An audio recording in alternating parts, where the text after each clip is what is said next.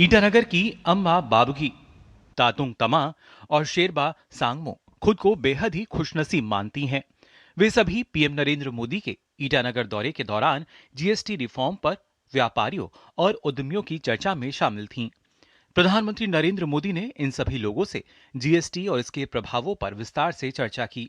अम्मा बाबगी हैंडलूम और हस्तशिल्प व्यापार से जुड़ी हुई हैं।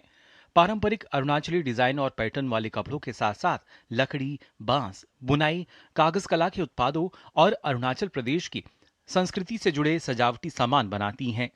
ईटानगर के आकाशदीप मार्केट में अम्मा बाबगी की एक छोटी सी दुकान है, जहां पर वो न सिर्फ अपना व्यवसाय कर रही हैं, बल्कि अरुणाचल प्रदेश की कला और संस्कृति से जुड़ी धरोहर को और बढ़ावा देने के लिए बच्चों को भी सिखा रही हैं।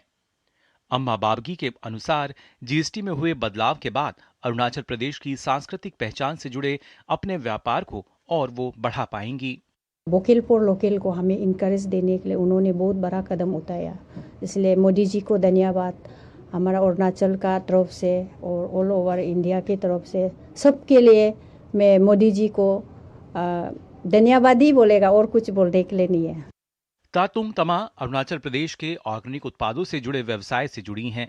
ऑर्गेनिक चाय, मसाले और हर्बल उत्पादों को राष्ट्रीय और अंतर्राष्ट्रीय बाजार में पहचान दिलाने के लिए वो प्रधानमंत्री नरेंद्र मोदी का आभार जता रही हैं। तातुंग तमा के मुताबिक जीएसटी में हुए सुधार की वजह से ऑर्गेनिक उत्पादों की मांग बढ़ रही है। वो आश्वस्त हैं कि डिजिटल प्लेटफॉर्म और जीएसटी के माध्यम से उनके ये प्रोडक्ट अब बड़े बाजार तक पहुंच रहे हैं। जीएसटी 2.0 होने की वजह से it's as a businessman, as a entrepreneur, as a consumer हम लोग को डायरेक्ट और इनडायरेक्टली हम लोग को बहुत सारा प्रॉफिट हो रहा है। वो कैसे?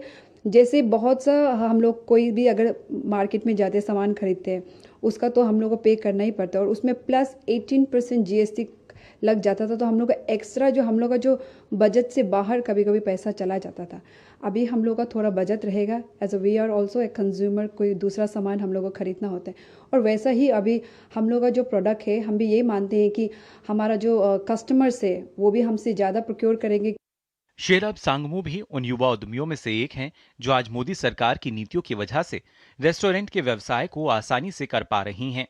शेरब के अनुसार पहले टैक्स प्रक्रिया जटिल होने के कारण बिलिंग और ऑर्डर प्रबंधन में समय और लागत अधिक लगती थी, लेकिन आज जीएसटी सुधार के बाद ऑर्डर और बिलिंग प्रक्रिया तेज और पारदर्शी हो गई है, जिससे ग्राहकों की संख्या बढ़ी है और दैनिक कारोबार में भी सुधार हुआ है।